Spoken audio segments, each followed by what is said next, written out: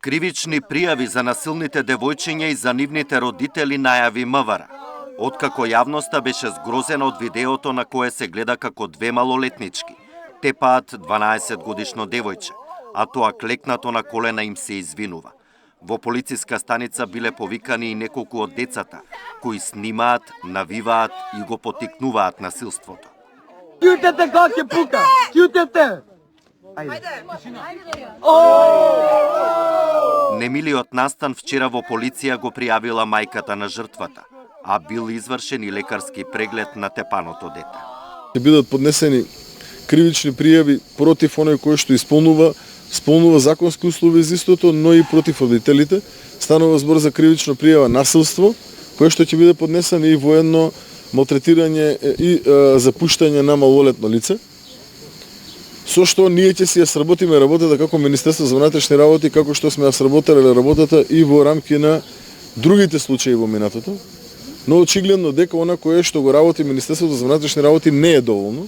Односно, понатаму треба да постапи во овој предмет јавното обвинителство и судот. И сето тоа да биде соодветно споделено со јавноста, да преку медиумите бидат запознаени сите оние кои што во иднина повторно ќе се дрзнат да направат вакво насилство, дека за истите следи санкција.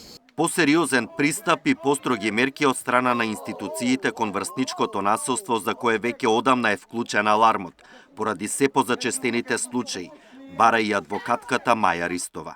Таа застапува дете жртва на булинг во Штип, но вишото обвинителство ги ослободило од одговорност родителите на насилните девојчиња, зашто не знаеле и не се согласувале со тепањето. Ние на хартија имаме закон кој што предвидел мерки, меѓутоа во пракса истиот не се применува.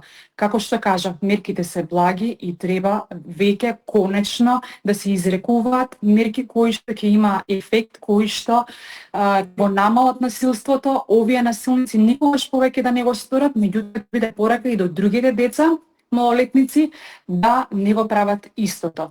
Во спротивно, каква порака се испраќа? Каква порака испраќаат институциите дека секој родител може да не врши грижа и надзор на детето затоа што нема да одговара, затоа што законодавецот го ослободува од одговорност. Денеска во јавноста се појави ново грозоморно видео на кое се гледа како 14 годишно момче лежи облеано во крв во Ченто.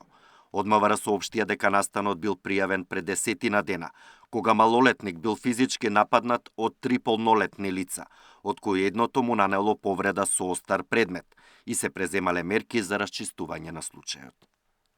Александар Динев, Сител телевизија.